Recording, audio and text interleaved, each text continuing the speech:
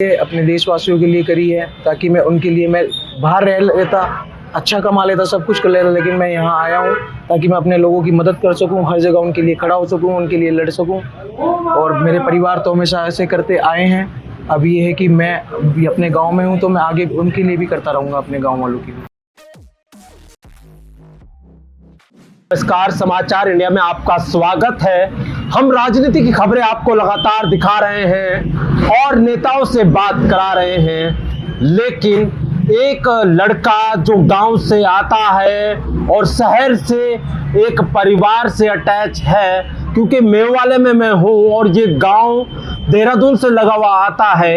लेकिन इस लड़के के बारे में अगर हम बताएं आपको, तो ये लड़का इंग्लैंड से पढ़कर आया है और बैरिस्टर की पढ़ाई करके आया है। क्या विजन है कि वो बैरिस्टर बनकर आए हैं, देश के लिए क्या करेंगे, इस शहर के लिए क्या करेंगे और इस गांव के लिए क्या करेंगे, वो तमाम जवाब वो देंगे कि क्या वो किस विजन से उन्होंने ये पढ़ाई की है। और कहीं ना कहीं पढ़ाई एजुकेशन जो भारत के लिए कहीं ना कहीं बहुत मजबूती का काम कर रही है कि हमें पढ़ना बहुत ज़रूरी है आज के वक्त में। समाचार में आपका स्वागत है। मैं धन्यवाद करता हूँ आपके चैनल का। आप इंग्लैंड गए और इंग्लैंड में आपने पढ़ाई की, ये कौन सी पढ़ाई आपने की है और कितने साल आपको वहाँ पर लगे इंग्लैंड में? जैसे कि काफ़ी लोगों को पता भी है कि मैं लंदन में गया था। लंदन से मैंने पढ़ाई की है अपनी, और वकालत में मैंने अपनी पढ़ाई की है। मास्टर डिग्री मैंने LLM में की है अपनी, और करीबन 2 साल का मेरा सफ़र रहा है।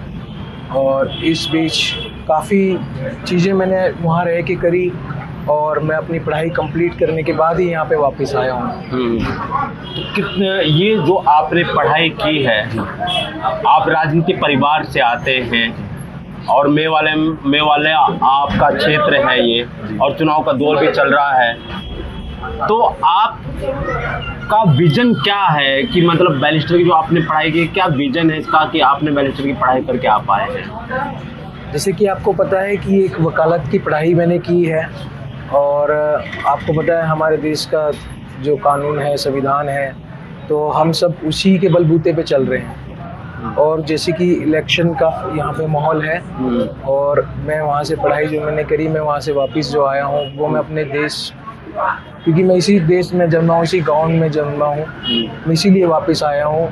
मैं रहने को वहाँ पे अपनी डिग्री कंप्लीट करने के बाद वहाँ रह के अच्छी नौकरी कर सकता था, अच्छा पैसा कमा सकता था, लेकिन मैंने ऐसा नहीं किया। मैंने अपनी पढ़ाई कंप्लीट करी। पढ़ाई कंप्लीट करने के बाद मैं वापस आया, अपने गांव में हूँ, अपने क्षेत्र में हूँ, और इसीलिए आया हूँ ताकि मैं यहाँ के अपने लोगों की हर समस्या को समझ सकूँ और उनके लिए अपनी आवाज़ उठा सकूँ।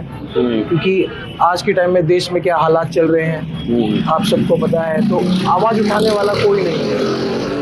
तो मैं यहाँ पे हूँ अपने गांव वालों के लिए, अपने देशवासियों के लिए, कि उनके लिए मैं अपनी आवाज़ उठा सकूँ, उनकी आवाज़ आगे तक पहुँचा सकूँ। हर जगह कानून से, कहीं भी किसी भी से भी अगर मेरे को लड़ना पड़े, मैं उनके लिए लड़ने के लिए तैयार हूँ। राजनीति से कोई लेना देना है आपका, क्योंकि आपके परिवार से आपकी ही भाभी चुनाव लड़ रही है? जी, जैसे कि मेरी भाभी। क्या उनकी वजह से आप गांव वालों के लिए काम करेंगे, या फिर पहले से ही आपका प्लान था? नहीं, इलेक्शन से मेरा कोई वो नहीं है इतना।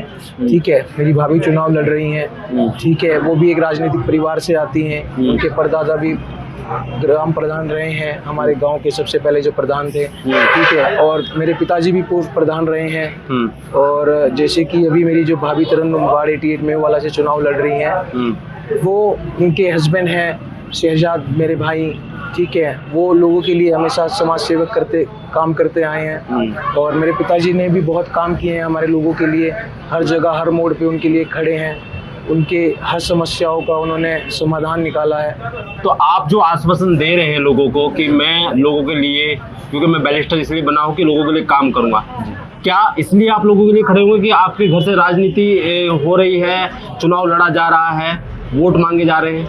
नहीं, ऐसा कुछ नहीं है। मैं देखो एक आम नागरिक हूँ, मैं पेशे से वकील हूँ, लेकिन मैंने अपनी वकालत अच्छी लॉ डिग्री करी, मैंने LLM करी है।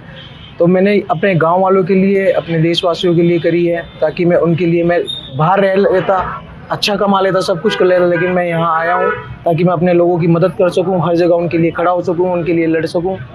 और मेरे परिवार तो हमेशा ऐसे करते आए हैं। अब ये है कि मैं भी अपने गांव में हूँ, तो मैं आगे उनके लिए भी करता रहूँगा, अपने गांव वालों के लिए।